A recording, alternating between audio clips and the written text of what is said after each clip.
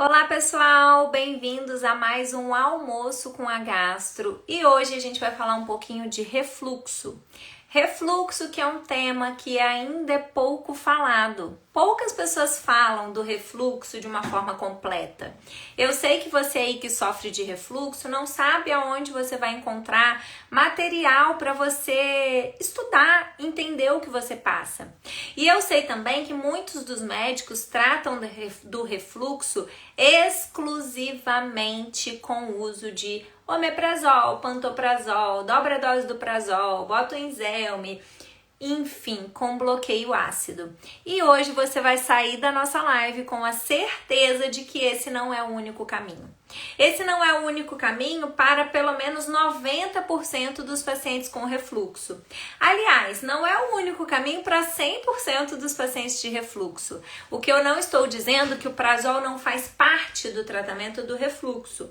Mas muitas pessoas não têm o diagnóstico correto se é refluxo ou se não é. Muitas pessoas usam prazol por um tempo muito superior ao que seria necessário no tratamento do refluxo. E se você não usa o prazol associado a todo o resto que envolve o tratamento do refluxo, há grande chance de que o prazol não vai resolver ou você vai ficar dependendo do prazol por toda a sua vida. E a grande verdade é que uma pequeníssima parcela dos pacientes que têm refluxo precisam usar um inibidor de ácido no longo prazo. O paciente que tem uma esofagite grave, o que é uma esofagite grave? Nós temos a classificação endoscópica das esofagites. Dentro dessa classificação, a classificação mais usada é a de Los Angeles. E a classificação de Los Angeles, ela tem 4 graus. Então, grau A, grau B, grau C e grau D.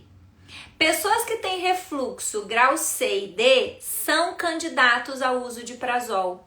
E se eu não fizer uma medida mais agressiva, pode ser que esse meu paciente precise usar o prazol para a vida toda. Porque ele tem um refluxo muito intenso e que leva a machucados no seu esôfago. Porque essa esofagite não erosiva, esofagite enantematosa, isso não é refluxo, tá? Tira isso da sua cabeça, isso provavelmente não é refluxo. Pode ser refluxo? Pode, mas pode ser que não seja. Agora, esofagites grau A, grau B, entra no bolo do que pode ser que nem seja refluxo. Agora, esofagite grau C e grau D, essas sim são esofagites graves. Elas são características de refluxo e esse paciente vai se beneficiar do uso do prazol na maioria das vezes. Agora, não é só com prazol que a gente trata. E eu aposto que a maioria de vocês que está me ouvindo aí e que é portador de refluxo não tem esses 2 graus aqui de esofagite. Isso porque 90% dos pacientes têm esofagites não erosivas ou têm esofagites leves, que é Los Angeles A ou B. Esses pacientes não necessariamente terão que usar prazol. E se precisarem do prazol, esse uso ele deve ser por um tempo limitado. Mas a gente precisa entender que caso o diagnóstico de doença do refluxo gastroesofágico esteja correto, sim, o refluxo é uma doença crônica, assim como é a síndrome do intestino irritável, assim como é a dispepsia, que é aquilo que vocês chamam de gastrite. São doenças crônicas, o que quer dizer que se você parar o tratamento, ela pode voltar. Agora, a gente tem 2 caminhos a escolher. Você vai querer tratar a sua doença crônica buscando as causas e melhorando o seu estilo de vida, ou você vai querer ficar refém de um remédio para a vida toda. Tudo na sua vida, na minha vida, na nossa vida, tudo são escolhas. E aí é o que a Adriana perguntou, mas como eu vou saber se é realmente refluxo? Essa é a principal dúvida que vocês têm que ter. Porque aqueles sintomas sintomas de refluxo, sabe? Azia, sentir queimando aqui atrás, aquela sensação que fica regurgitando, que tá subindo, que sobe um líquido quente. Isso são sintomas que são considerados típicos de refluxo. Mas mesmo as pessoas que têm o sintoma típico, que é a queimação, a regurgitação, esse sintoma que pode ser que seja ácido dependente, mesmo a pessoa que tem sintoma típico, somente 50% dessas pessoas têm o diagnóstico de doença do refluxo gastroesofágico. Ou seja, tem gente que tem o mesmo sintoma, mas o diagnóstico não é refluxo. E se o diagnóstico não é refluxo e você trata como refluxo, qual é o resultado? O tratamento não é assertivo. Ele pode aliviar o seu sintoma, mas ele não resolve o seu problema. E esse é a maioria das pessoas que eu atendo no consultório, que é a pessoa que teve diagnóstico de refluxo, foi indicado o tratamento com prazol, dobrou dose do prazol, trocou o prazol por outro remédio e não melhorou, ou melhorou, mas criou uma dependência desse tipo de medicamento. E por que eu estou falando para vocês que o prazol não resolve o seu refluxo? Porque ele sozinho não está tratando tudo que envolve a doença do refluxo. A doença do refluxo não acontece porque você tem muito ácido no estômago. Ela acontece por uma conjunção de fatores, diversas causas. Causas essas que podem ser causas esofágicas. Então, por exemplo, uma pessoa que tem uma hérnia de hiato, ela tem uma causa para o refluxo dela. E pode ser que essa hérnia precise de um tratamento cirúrgico para o paciente não precisar ficar tomando remédio para o resto da vida. Mas nem toda hérnia precisa de tratamento cirúrgico. Hérnias de até 2 centímetros, que é o que a maioria das pessoas tem, o tratamento é estilo de vida, é perder peso, é melhorar a alimentação, é melhorar o esvaziamento do estômago, é desinchar a sua barriga, não é ir para uma cirurgia do refluxo. Aliás, se você tem queixa de barriga inchada, a cirurgia de refluxo pode ser um tiro no pé. Porque enquanto você está arrotando, você está eliminando esses gases que você acumula na sua barriga. Agora imagina fazer uma válvula que vai te impedir de arrotar. Vai ficar igual um balão, achando que vai explodir, tá? Então, o prazol não trata essas outras condições associadas. E aí, voltando para as causas do refluxo, ele pode ser de causa esofágica, que pode ser uma hérnia, pode ser o músculo que separa o esôfago do estômago, que é um músculo que fica relaxando muito ao longo do dia. E aí, toda vez que esse músculo relaxa, você tem um episódio de refluxo. Pode ser uma disfunção de motilidade do seu esôfago, porque o esôfago não é um cano que fica quietinho aqui esperando a comida passar. O esôfago também faz um movimento de peristalse. Então, quando você come e você engole, passa uma onda de peristalse que vai empurrando para baixo. Essa onda tem que ser sincronizada. Então, aqui, tem que ser empurrando para baixo. Se contrai tudo junto, não vai fazer propulsão do bolo alimentar. Se aqui contrai mais ou menos, aqui também, não vai fazer propulsão do bolo alimentar. Se aqui embaixo não está funcionando, não vai resolver para segurar a comida no estômago, ela vai subir para o esôfago. Então, a motilidade do esôfago pode ser uma causa do seu sintoma de refluxo refratário.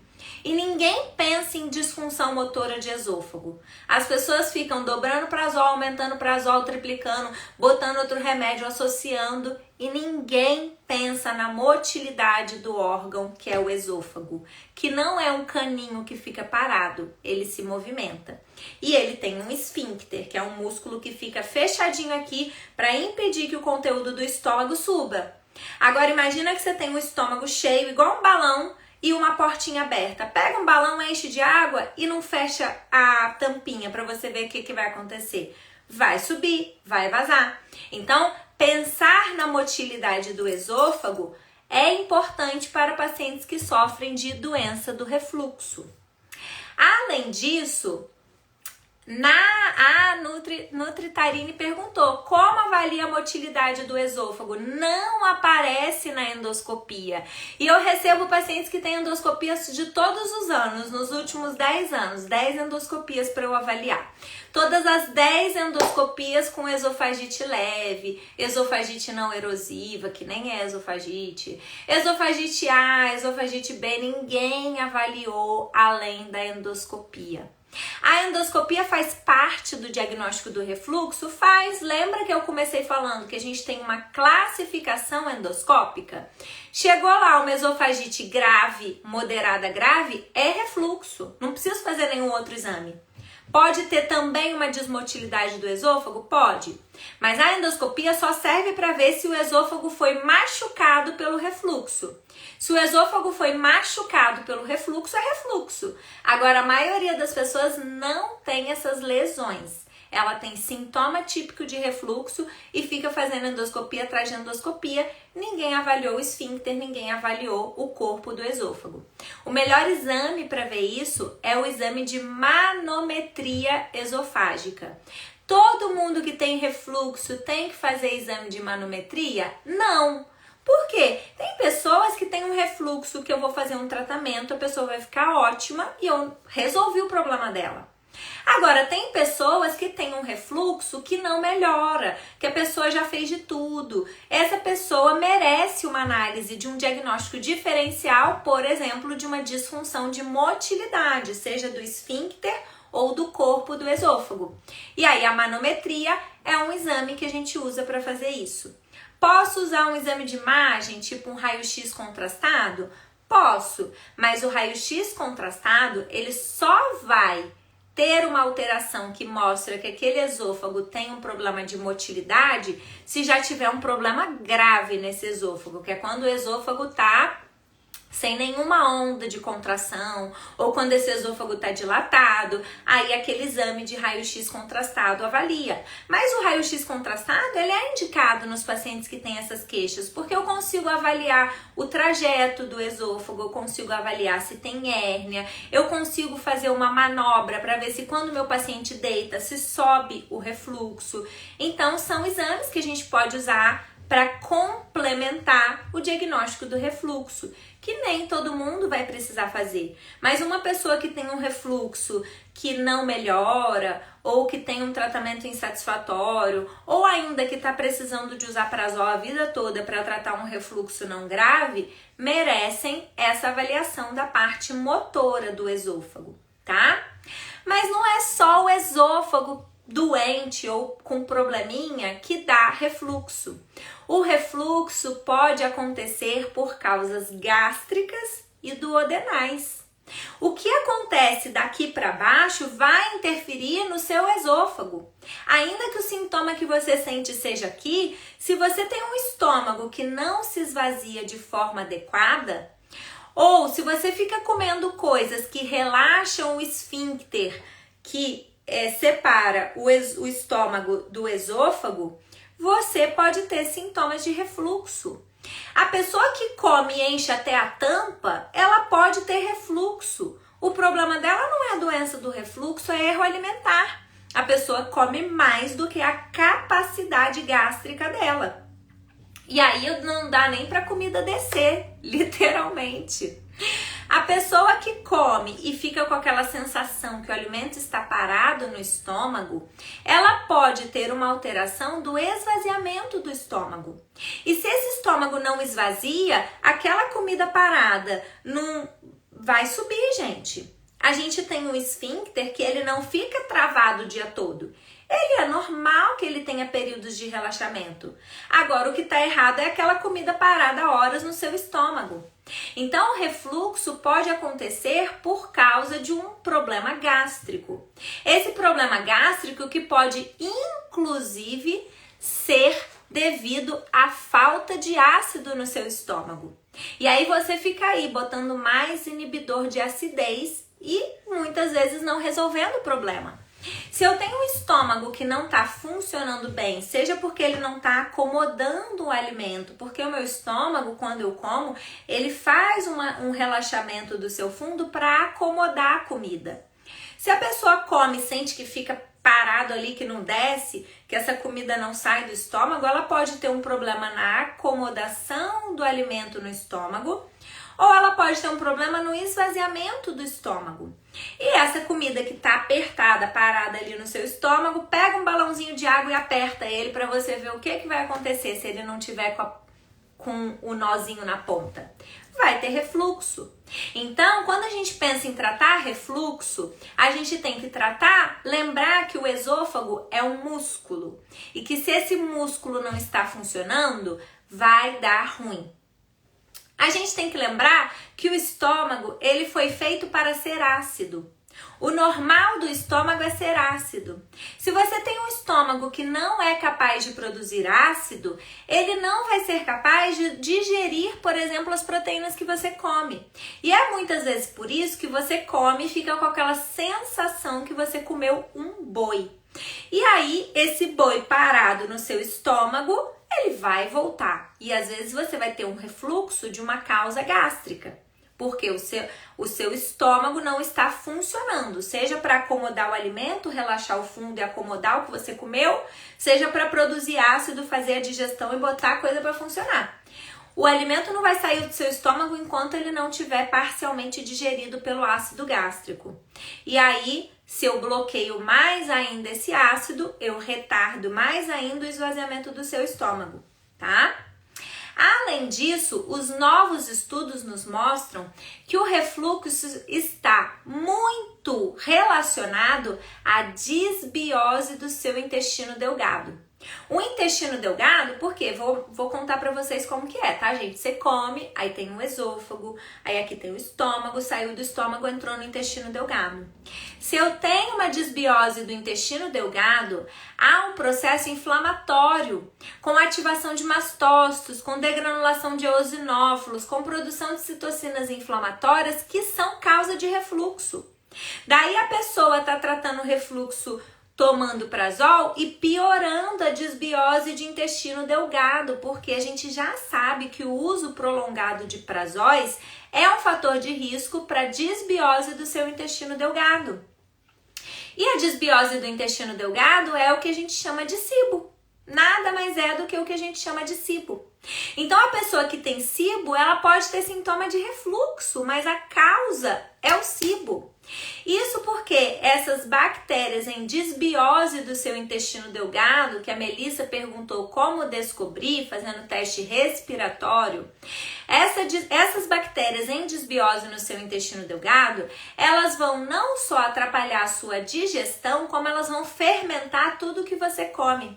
E daí você comeu, começa esse processo de fermentação, essa fermentação produzindo muitos gases, esses gases ocupando espaço na sua barriga e o seu estômago ali apertadinho que ele não consegue encher, acomodar o alimento, e essa falta de espaço para o seu estômago dá o quê? Refluxo. Qualquer coisa que aumente a pressão na sua barriga pode te dar refluxo. Os gases que as bactérias produzem podem dar refluxo, porque seu estômago vai ficar pressionadinho ali, ele não consegue acomodar o alimento que você consumiu. E aí, tratar com prazol não está tratando essa disbiose de intestino delgado que se relaciona inclusive com seu refluxo. Outra causa importante, muitíssimo importante de refluxo no nosso meio é a obesidade. Não só porque a pessoa obesa come mal, não. Mesmo que a pessoa obesa coma muito bem, tá? A obesidade, essa gordurinha na barriga, ela aumenta a pressão no seu abdômen. E lembra que eu falei do estômago que não consegue acomodar o alimento e aí não acomoda, o alimento sobe? Se você está acima do peso, principalmente se você tem gordura visceral, que é essa gordurinha da barriga, você tem um fator de risco para refluxo que é tratável. É só você emagrecer que você melhora o seu refluxo. Aliás, emagrecer é muito melhor do que tomar prazol para tratar refluxo. E eu não tô falando que é fácil emagrecer, gente, que vocês sabem a luta que eu vivo. Mas é muito difícil a pessoa emagrecer se ela não tiver uma mudança de estilo de vida. Então a mudança de estilo de vida, ela é parte fundamental do tratamento do refluxo. Não se trata refluxo dando prazol, trocando prazol, triplicando prazol, inibindo totalmente todo o ácido que existe nesse estômago, se eu não mudo o estilo de vida. E eu não tô falando contra o uso de prazóis. Se você realmente tem refluxo, o prazol é bem indicado. Mas por 2, 3 meses, não por uma vida toda, 10 anos, que é o que as pessoas praticam. A gente vê pessoas usando prazóis no longo prazo. Quem é que vai precisar de prazol no longo prazo? Quem tem esofagite grave, Los Angeles C e D. Olha no seu exame, deu isso? Converse com o seu médico. Eu estou disposta a usar prazol para o longo prazo ou vou tentar uma cirurgia, por exemplo? É uma opção para esse paciente não ficar usando prazol no longo prazo. Agora, esofagite grave ou esôfago de Barrett, aí sim a gente vai pensar em usar prazol no longo prazo. Os 90% dos pacientes que não têm lesão no esôfago não precisam. O que não quer dizer que ele não precisa do prazol para tirar ele da crise, mas ele não deve usar o prazol no longo prazo. Porque eu tenho outras coisas a fazer. Eu tenho outras coisas a cuidar.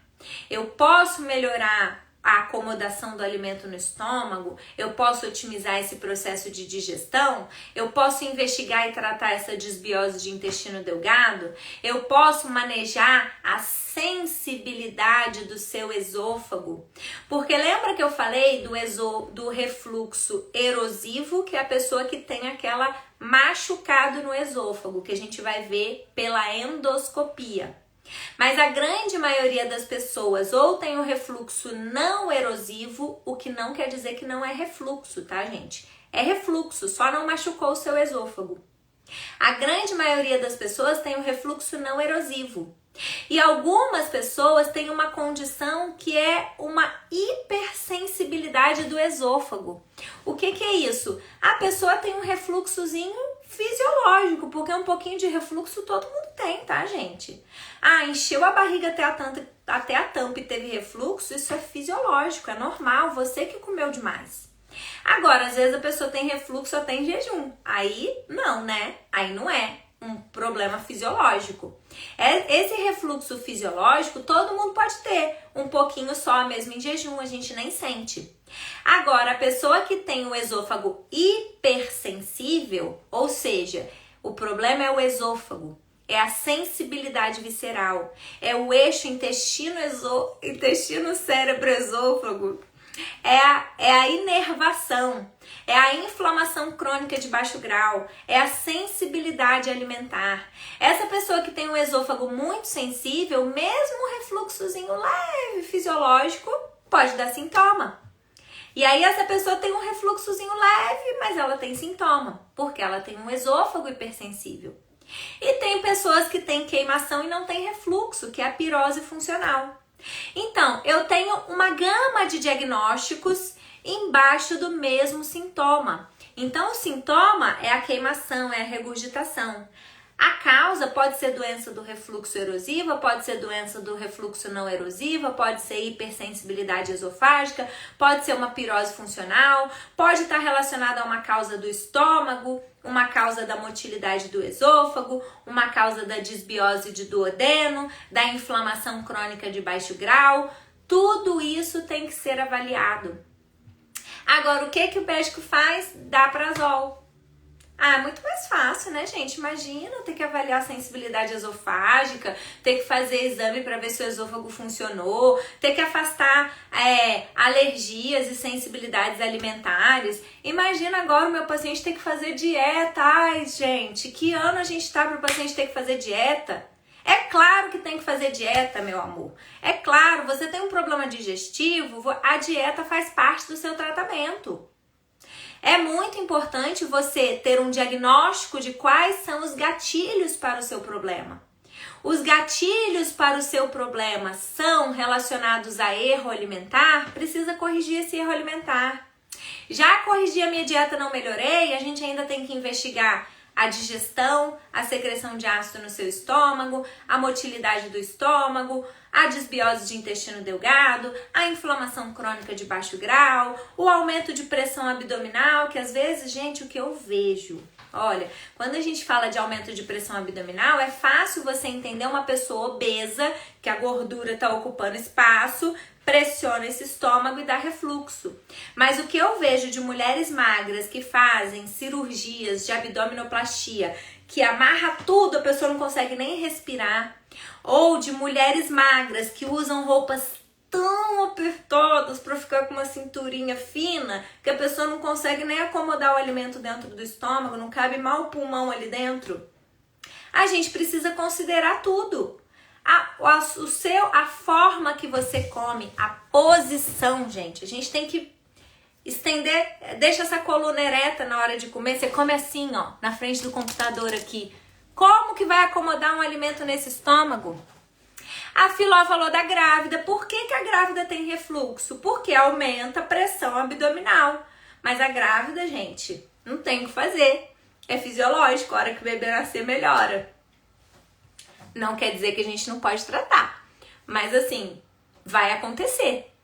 Mesmo que ela coma tudo direitinho, que o estilo de vida dela seja alinhado. Qualquer coisa que aumenta a pressão dentro da sua barriga pode ser uma causa do seu refluxo. E aí adianta o Daprazol? Adianta? Vou resolver o aumento de pressão abdominal? Não vou resolver. Eu tô só mascarando o sintoma. E quando a gente fala em tratar refluxo, a gente tem que parar de ficar tratando só sintoma. Ainda que tratar o sintoma seja importante. Eu preciso identificar, dentre diversas causas, o que causa para aquele paciente. E um diagnóstico diferencial que muita gente esquece são as esofagites alérgicas, como a esofagite eosinofílica, que é um diagnóstico diferencial para aquele paciente que tem sintoma que parece refluxo, mas não é. Lembra que eu falei que 50% das pessoas que parece refluxo às vezes não é? Tem outras condições que podem dar esse sintoma? Uma delas é essa esofagite alérgica que se chama esofagite eosinofílica. E o diagnóstico da esofagite eosinofílica é na endoscopia, mas essa endoscopia tem que ter biópsias de esôfago. Agora me conta, você aí que está me assistindo, que já fez endoscopia, teve biópsia no esôfago? Eu aposto que não teve. Eu aposto que biopsiaram só o estômago e mesmo assim foi só para pesquisar H. pylori. Aí veio, teve biópsia, deu H. pylori negativo, mas e o esôfago? E o esôfago? Um paciente que tem refluxo refratário, recorrente, não melhora, tem sintomas atípicos, eu preciso biopsiar o esôfago, ter certeza que aquilo ali não é, na verdade, um outro tipo de esofagite, que é a esofagite eosinofílica, que infelizmente está se tornando uma condição cada vez mais frequente. Porque as pessoas estão cada vez mais inflamadas. E quanto mais inflamação, maior a gente vê dessas doenças imunomediadas, doenças alérgicas, doenças autoimunes, muito relacionados ao estilo de vida da população atual e à desbiose, que a gente vê uma epidemia de pessoas com desbiose. Então, infelizmente, estamos vendo com mais frequência pessoas com alergias alimentares, entre elas a esofagite eosinofílica, cujos principais alimentos que causam esse tipo de alergia são o trigo e o leite. Aliás, primeiro o leite. Imunomediada é doença que tem um pano de fundo imunológico, uma doença alérgica, uma doença autoimune, uma doença inflamatória crônica, que o pano de fundo é a desregulação do sistema imunológico, por isso que ela é imunomediada. E a esofagite eosinofílica, a grande maioria dos pacientes desenvolve esse tipo de esofagite porque tem uma reação alérgica ao leite. E o segundo alimento é o trigo. E às vezes, só da gente tirar esses dois alimentos, a gente tem uma resposta muito superior, inclusive ao tratamento medicamentoso. Então, não dá para ignorar o papel da alimentação no seu sintoma. Não dá. Mesmo queijo, Melissa. Mesmo queijo sem lactose. Porque se é uma reação alérgica ao leite, tudo que tem leite. Não existe leite animal sem leite. Sem leite. Mesmo se for um leite sem lactose. Aí tem que ir pro leite vegetal, pro queijo vegetal. Porque se tiver leite, se tiver proteína do leite, se veio do leite, se usou leite, se é uma manteiga que um dia foi um leite, pode dar essa reação alérgica, caso seja o seu caso, tá? Eu não estou falando que todo mundo que tem refluxo tem que tirar leite e derivados. Eu estou falando que a esofagite eosinofílica muitas vezes é causada pelo leite. Não é pelo leite, é por uma reação exacerbada ao leite. Você entendeu que o pano de fundo é a desregulação do seu sistema imunológico? E essa desregulação tem a ver com o estilo de vida, tem a ver com a alimentação, tem a ver com a desbiose, tem a ver com o uso de medicamentos, tem várias coisas que estão por trás dessa desregulação imunológica.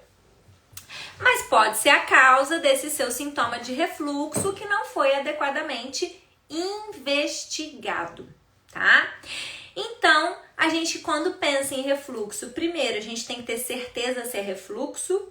Segundo, a gente tem que tentar identificar se esse refluxo acontece porque a pessoa está acima do peso, porque a pessoa tem uma intolerância alimentar, porque a pessoa tem falta de ácido no estômago, ou se é porque a pessoa tem um esôfago que não funciona bem, um músculo que está muito relaxado várias vezes ao dia, se a pessoa tem uma hérnia de hiato muito volumosa, se a pessoa tem um bebê dentro da barriga, se a pessoa tem um quadro de SIBO e aumento de gases que estufam a sua barriga e não deixam o seu estômago acomodar o alimento. São múltiplas as possíveis causas do seu refluxo. E entre elas, eu queria frisar a obesidade, que eu já falei que perder peso é melhor do que usar remédio para tratar refluxo, tá? Ah, mas já tô magra. Então, não é o seu caso. Mas eu atendo muitos pacientes com refluxo que tem aquela barriguinha de chopes, sabe? Aquela barriguinha mais estufadinha, aquela barriga dura, que aquela barriga dura, gente, é gordura visceral ou gases. As duas opções para barriga dura. A não ser que a pessoa tenha água na barriga, mas a minoria é por isso. Geralmente ou é gordura visceral ou é gases, tá? Barriga dura é causa de refluxo. Mas eu não posso deixar de lembrar vocês que o seu sono é fundamental se você sofre de refluxo. Isso porque há estudos que nos mostram que pacientes que têm refluxo muitas vezes têm o sono não reparador. E esse sono não reparador piora o refluxo. Então vejam que é uma bola de neve, a pessoa não dorme direito porque ela tem refluxo, e não dormir direito piora o refluxo. E aí ela não dorme direito, piora o refluxo, não dorme direito. É uma bola de neve. Se eu não tratar o sono do meu paciente e não melhorar a higiene do sono, que é tirar telefone, celular, televisão, luz branca na sua cara até de madrugada, não adianta. A pessoa que tem refluxo, ela tem que priorizar um sono de qualidade. E sono de qualidade, eu preciso muitas vezes investigar se essa pessoa não tem uma apneia do sono, se ela não tem um transtorno de ansiedade que não deixa ela dormir, por que que essa pessoa não dorme? E a gente sabe que a melatonina, que é o hormônio produzido à noite quando a gente tem a queda da luz solar, no mundo ideal, né, gente, que 6 horas o sol abaixa, você começa a produzir melatonina. Mas hoje em dia as pessoas ficam o quê? Com a luz na cara. Perde o estímulo natural da baixa luminosidade para produzir melatonina. E a melatonina no seu trato digestivo, ela não serve para te fazer dormir. Pelo contrário, a melatonina no seu trato digestivo, ela serve para regular a motilidade dos seus órgãos, do esôfago, do estômago, do seu intestino. E regulando motilidade, ela ajuda até no tratamento do seu refluxo. E há estudos em que a gente usa melatonina, suplemento de melatonina, para tratar refluxo com bons resultados, mesmo que a pessoa não tinha queixa de sono. A melatonina no seu trato digestivo, ela regula inflamação e motilidade. Lembra que eu falei que essa inflamação crônica pode ser a causa do seu sintoma de refluxo, porque o seu esôfago fica hipersensível? E que o mau esvaziamento do estômago também é causa de refluxo? Se eu melhoro essa motilidade, se eu estimulo essa motilidade, eu ajudo no tratamento do seu refluxo, tá? Então, a gente não pode esquecer da obesidade, a gente não pode esquecer dos erros alimentares, a gente não pode esquecer do sono, que tem que ser reparador. Não é para ficar até 3 horas da manhã assistindo série, vendo Instagram, não é. De madrugada não é para assistir minhas lives nem os meus vídeos, tá? Eu proíbo. E além disso, eu tenho que lembrar de modular o estresse do meu paciente. Porque o estresse, ele desregula a sua digestão e se você não digere bem, lembra que o alimento fica parado no estômago e aí isso dá refluxo. Se eu estou estressada, eu desregulo a secreção de ácido no meu estômago. Isso pode estar relacionado ao refluxo. E se eu estou estressada, muitas vezes eu não vou mastigar. Muitas vezes eu vou ter escolhas alimentares piores, porque quantas vezes a gente tá naquela semana que tá exausto. E aí você chega em casa e você só fala, eu mereço. Ah, eu mereço, foi muito estresse. A gente tem um monte de justificativa, né? Ah, eu atendi o dia inteiro, tava muito cansada, eu fui correndo, eu peguei 2 horas de trânsito. E aí, e eu mereço o quê? Coisas que não fazem bem pra sua saúde. Ninguém fala um eu mereço com um prato de salada. O eu mereço vem acompanhado de uma coisa bem gorda ou açúcar. E que geralmente vem junto leite, vem junto farinha, vem junto gordura, vem junto fritura, vem junto molho, vem junto um monte de coisa que não vai fazer bem. Ou vem junto, o estresse vem junto de um monte de café. Eu atendo pessoas que tomam antes de passar na minha consulta, tá, gente? Porque saiu da minha consulta, ou vai mudar ou não vai voltar. Que tomam 12 cafés. Eu já atendi um paciente que tomava 20 cafés por dia. Nenhum corpo, nenhuma pessoa foi feita para tomar 20 cafés por dia. A pergunta que você tem que se fazer é por que você está precisando de tanto café? Porque eu adoro café, inclusive, ó, o meu já esfriou. Minha xicrinha tá quebrada. Esfriou meu café. E esse aqui é o meu café de depois do almoço. Eu adoro café, mas café é 2 por dia, gente, de manhã e de tarde. De tarde até 2 horas da tarde. Passou de 2 horas, corta esse café, que vai prejudicar seu sono. Se prejudicar seu sono, também vai dar refluxo. Mas o café, ele relaxa aquele músculo. Lembra que eu falei do músculo que separa o esôfago do estômago?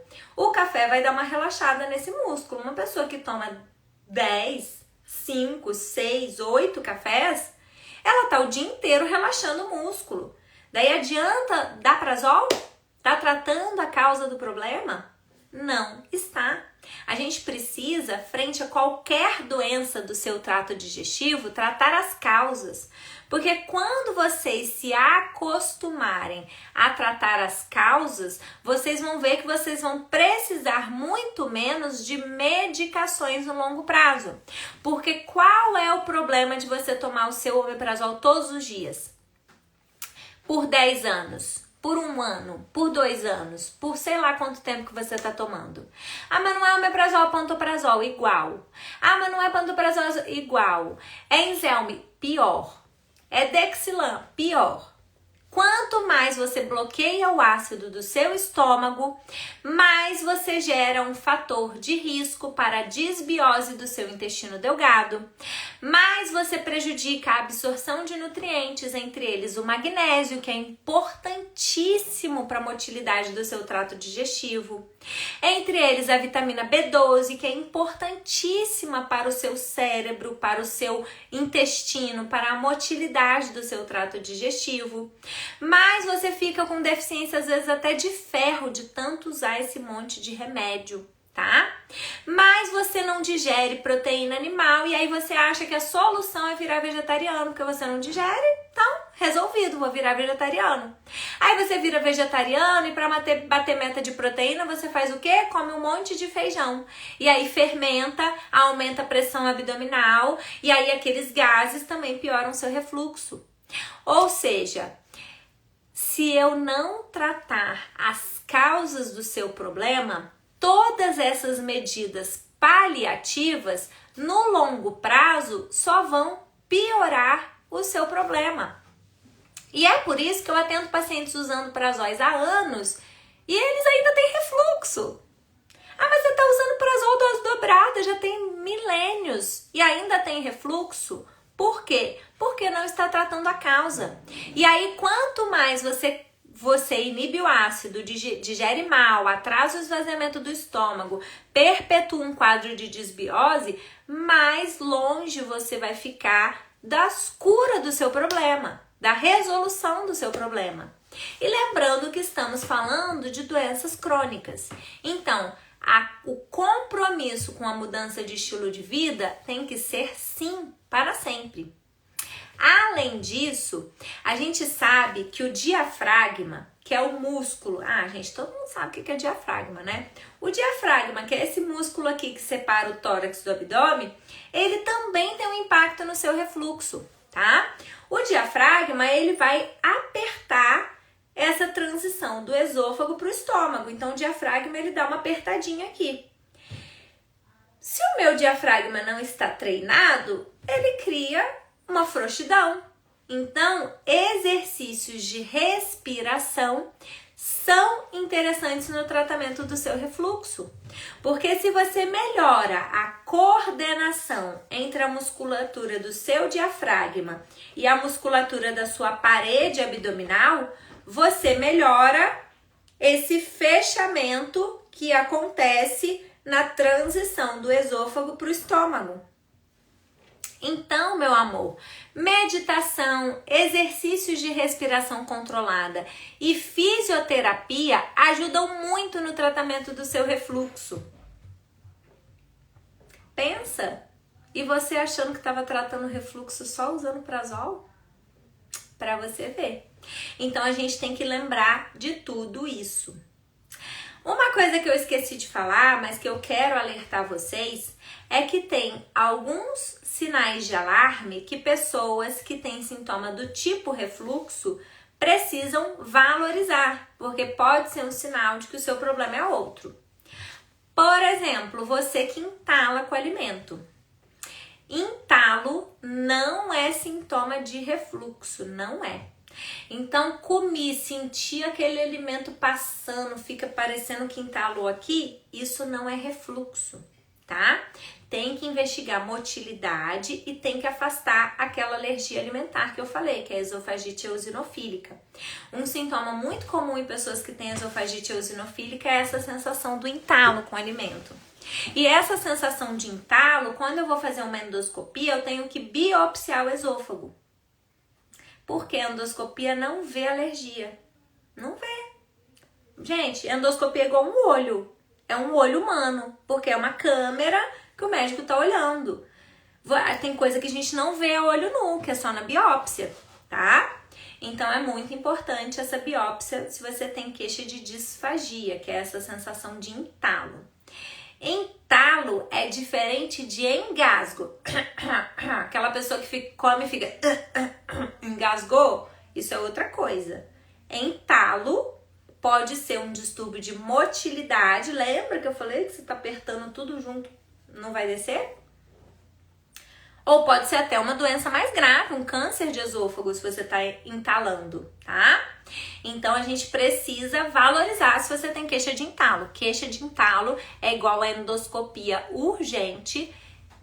Não deu nada na endoscopia, não tem câncer, não tem esofagite eosinofílica, vai pro exame de manometria esofágica, tá? Para ver a motilidade do seu esôfago. A pessoa que perde muito peso, gente, como que eu vou saber se a minha perda de peso é normal, porque eu tô comendo menos, ou se ela é um sinal de que eu tenho alguma doença mais grave? Perdeu mais de 10% do seu peso corporal é grave. Ah, eu peso 60 quilos, perdi 6 quilos, é grave. Ah, perdi 2 quilos. Não, a não ser que você pese 40. Aí 2 quilos já começa a ficar mais relevante, tá? Então perdeu mais de 10 quilos, de 10% do seu peso, 10%, não é 10 quilos. Entalou com alimento, começou esse sintoma acima de 60 anos, tem que investigar, tá?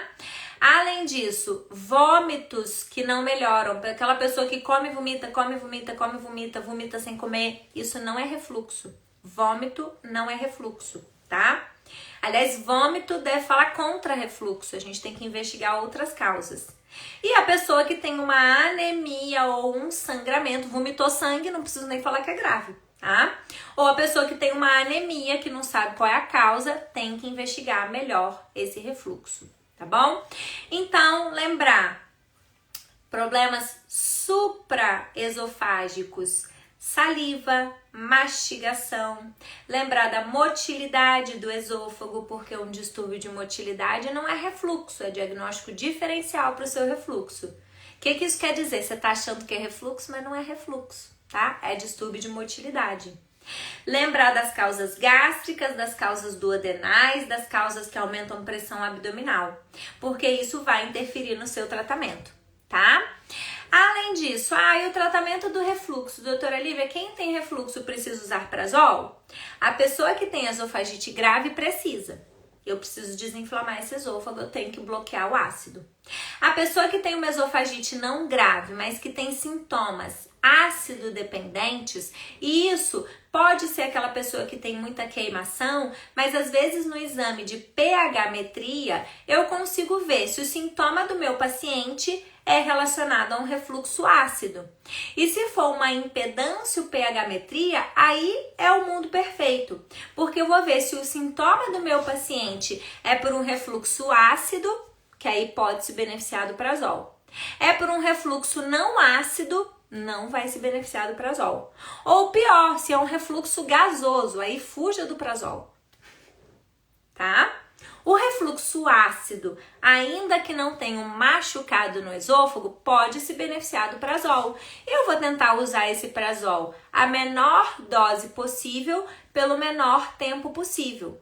Se a gente quisesse um ideal, o ideal é tratar 2 meses e nesses 2 meses eu equilibrar todo o resto para o meu paciente conseguir ficar sem o prazol. Não foi suficiente, eu tenho que começar a pensar em estratégias para tentar tirar esse prazol. Seja um tratamento endoscópico, um tratamento cirúrgico, tratar outras questões, operar uma hérnia importante, fazer meu paciente emagrecer, identificar alergias e intolerâncias alimentares, identificar se meu paciente tem SIBO, o que eu vou fazer para tentar tirar esse remédio do meu paciente. Porque simplesmente virar para o paciente e falar, tira o remédio, não vai funcionar. Quantos de vocês já não ouviram, mas faz mal ficar usando esse prazol, tira isso da sua vida. Não funciona, tá? A retirada do remédio, ela tem que vir de um desmame.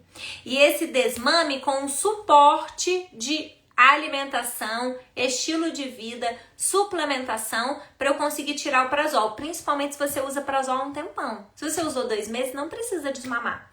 Agora, se você tá usando omeprazol, pantoprazol, dexlansoprazol, qualquer coisa que termine com zol ou com zelme, você tem mais de 2 meses, pode ser que você precise desmamar. E aí no desmame, gente, a gente vai em passinho de tartaruga, vai reduzindo essa dose, tira um comprimidinho durante 2 semanas, aí vai diminuindo, vai tomando um dia sim, um dia não, um dia sim, 2 dias não, um dia sim, 3 dias não, um dia sim, 4 dias não, um dia sim, nunca mais precisei. Até a gente conseguir tirar. Não deu certo, dá um passo para trás, reinvestiga o que pode não estar sendo tratado.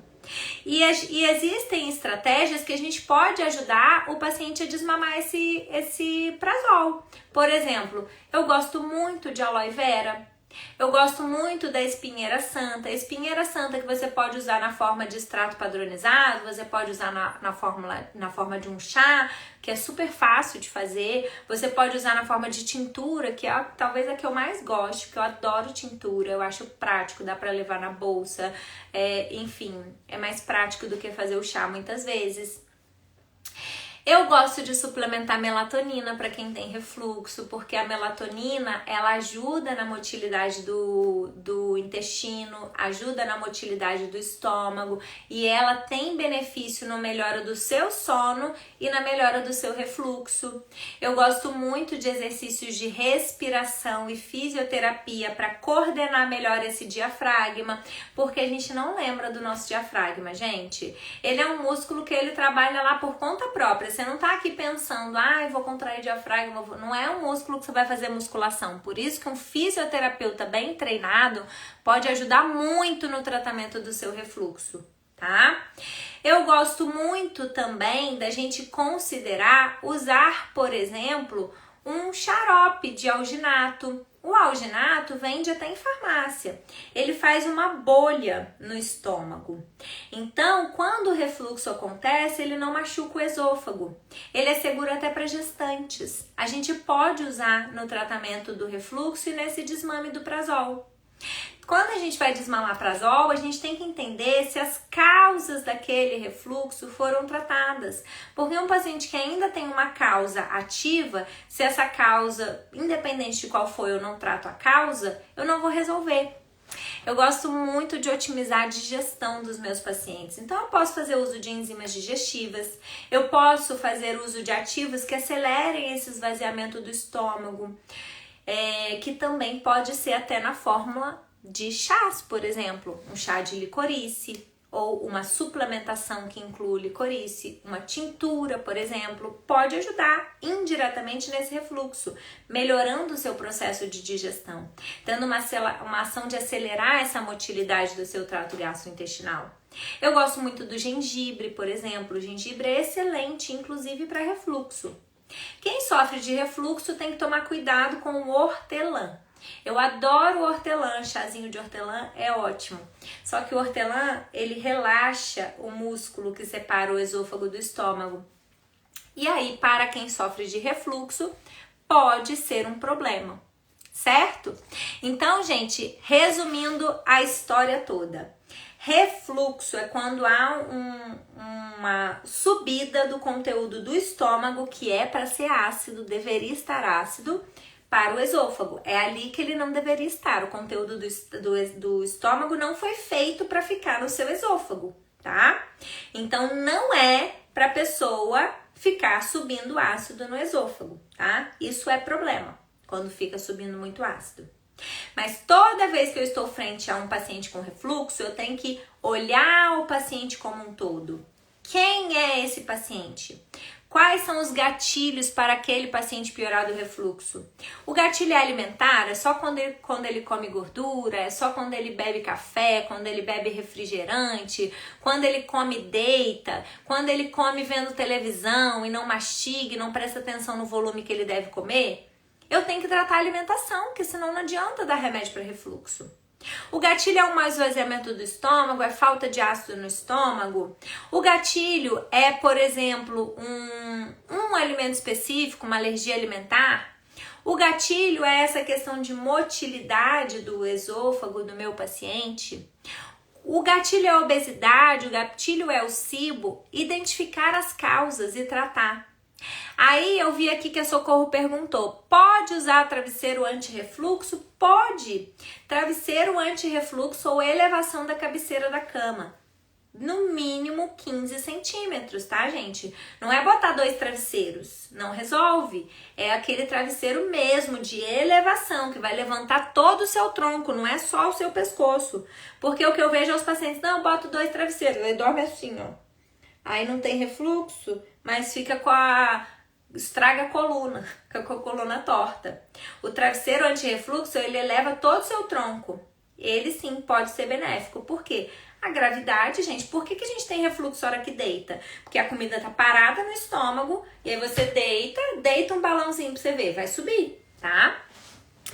Mas mais do que usar o travesseiro anti-refluxo, é melhorar o esvaziamento do seu estômago, não comer e deitar. Comer e deitar é um tiro no pé para quem sofre de refluxo. Não comer e ir para academia de barriga cheia fazer abdominal, porque vai dar refluxo. Não encher até a tampa. Eu tinha um professor na residência que ele falava isso. Ah, o paciente enche até a tampa, então dá alta para ele. Não, gente, não é dar alta para o paciente, é orientar o paciente, que ele precisa fracionar as refeições. O que é isso? Come um pouquinho, faz um lanchinho, almoça, faz um lanchinho, janta, não faz lanchinho à noite, tá? Lanchinho na hora de deitar não pode. Última refeição, no mínimo 2 horas antes de deitar, e se 2 horas não funcione, tente 3 horas. Jejum para quem sofre de refluxo é excelente, o jejum noturno, não adianta fazer jejum de manhã. Tá? Além disso, entender que alguns alimentos para você não vão ser legais. Ah, mas tem uma lista? Não tem. É identificar para você quais são os gatilhos. Mas quais são os principais? Café, refrigerante, molhos, pimentas, coisas com muito condimento, gorduras, porque a gordura ela retarda o esvaziamento do estômago. Então, coisas muito gordurosas, tudo isso pode ser um gatilho para o seu refluxo. Se você sofre de uma intolerância alimentar, por exemplo, eu tenho alguma questão relacionada ao glúten. Tem gente que quando come glúten tem refluxo, é muito comum. E às vezes a pessoa tem uma reação alérgica ao ácaro que tem na farinha de trigo. E aí ela tem sintoma de refluxo. Por quê? Não é o trigo. É o ácaro e a reação alérgica que a pessoa tem ao ácaro, tá? Então a gente tem que tentar identificar para cada pessoa o que pode e o que não pode, não tem dieta pronta. E é por isso que a nutricionista tem que estar junto do gastroenterologista nesse tratamento. Além disso, beber para empurrar o alimento não é legal, Bruno. Não é para beber líquido junto com a refeição. Pior ainda se for um líquido gaseificado. O problema dela é fazer a comida descer. Para fazer a comida descer, ela tem que otimizar a digestão, não é empurrar para baixo com uma Coca-Cola para dentro. Pelo amor de Deus. Aí sai aquele alimento mal digerido do estômago, empurra lá para o intestino e vai ver o que vai causar. É desbiose, certeza. Certeza. Tá? Primeiro porque essas bebidas gaseificadas são cheias de aditivos que não são saudáveis para sua microbiota. Elas vão piorar, você está empurrando um alimento não digerido para baixo, ou seja, esse alimento não digerido, ele não só vai ser um hiperestímulo para o seu sistema imunológico, como ele vai sobrar de alimento para as bactérias desreguladas. Então não é legal empurrar o que você está comendo com um monte de líquido, pior ainda se for refrigerante, tá? Bebida gaseificada não é legal para quem sofre de refluxo. Bebida alcoólica também, gente. O álcool também não é legal para o refluxo. Primeiro porque o álcool é agressivo para todo o trato gastrointestinal. E segundo que o álcool também pode ter esse papel de relaxar o músculo, tá? Então, bebida alcoólica. Aí a pessoa bebe todo dia. Aí ela para beber, ela toma um Prazol todo dia. Vê se tem cabimento isso. O álcool não faz bem para ninguém. Doutora Lívia não bebe álcool? Não, eu bebo, mas eu escolho, é o que eu falei, a gente tem que escolher os nossos tóxicos. Eu vou beber álcool num fim de semana, com meu marido, um vinho bom, aproveitando o momento, curtindo com a minha família, numa viagem, eu não vou beber todo dia, entende? E tudo nessa vida, quantidade importa. O café é proibido? Não é. Mas se você beber 2 cafezinhos por dia, pode ser que você tolere. Agora a pessoa quer tomar 8, aí não vai dar certo, tá? Então, equilíbrio, identificar as causas, lembrar do seu intestino delgado, lembrar que o uso crônico de prazóis piora a desbiose de intestino delgado, lembrar da suplementação de nutrientes que são importantes não só para a produção de ácido no seu estômago, como para a recuperação do seu esôfago. Lembrar que tratar refluxo não é só dar prazol, que a gente precisa modular tudo isso, que a gente pode usar de suplementação, que a gente deve cuidar do nosso sono e que se não tá rolando, você pode tentar a suplementação de melatonina também, tá bom? Doença do refluxo é uma doença crônica. É muito melhor você manejar uma doença crônica com medidas de estilo de vida e alimentação do que você manejar usando um remédio para a vida toda. Mas e quem precisa do prazol, que é esôfago de Barrett e esofagites graves? Essas pessoas ainda têm a possibilidade de considerar um tratamento cirúrgico. Por quê? Se fosse eu, preferiria operar do que usar prazol para a vida toda. Ah, mas é um idosinho, tadinho, a cirurgia é muito perigoso. Aí usa prazol, gente. Para de sofrer. Se o remédio for necessário, o que eu posso fazer para evitar os riscos do remédio? Eu vou cuidar da desbiose do intestino delgado, eu vou suplementar enzimas digestivas, eu vou lembrar de suplementar os nutrientes que o meu paciente precisar. Então, eu vou vigiar B12, eu vou vigiar magnésio, eu vou vigiar B1, eu vou vigiar tudo. E aí, precisou. A gente tem também que ter bom senso. Não adianta virar para um paciente que usa prazol há 10 anos e falar: tira isso da sua vida, joga fora. O paciente piorar do refluxo, perder qualidade de vida, não conseguir mais se alimentar, não conseguir dormir. Você precisa de ajuda para desmamar desse prazol. Mas só hoje eu já falei várias dicas práticas para você, tá bom?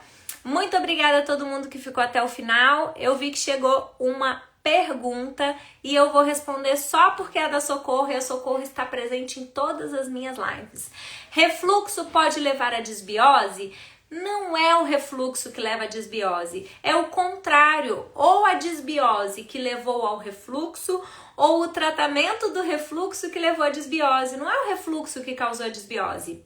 A desbiose leva ao refluxo. E quando você trata o refluxo usando prazol no longo prazo, você piora a desbiose. Ou seja, é um ciclo sem fim, igual do Rei Leão. Tratar a desbiose e tentar desmamar esse prazol são caminhos garantidos para te ajudar nessa luta. Um beijo e até mais, pessoal. Melissa, toda semana tem lives aqui no meu perfil e no programa Intestino Inabalável eu tenho mais de 50 horas de conteúdo sobre todos os temas, inclusive sobre doença de refluxo, com todas as minhas lives gravadas lá na plataforma, por um preço muito simbólico, preço simbólico. E quem entrou não se arrependeu, todo mundo tá falando que foi muito legal, que tá aprendendo muito, que tem muito conteúdo, já tem muita coisa gravada e todas as minhas lives vão direto para a plataforma, tá bom? Então, quem quiser acesso às lives, a live de desbiose, a aula de desbiose, a live de refluxo, tem tudo lá na plataforma Intestino Inabalável e tem o link para você acessar essa plataforma e se inscrever no meu perfil. É só clicar no link do perfil, tá bom? Beijos e até mais!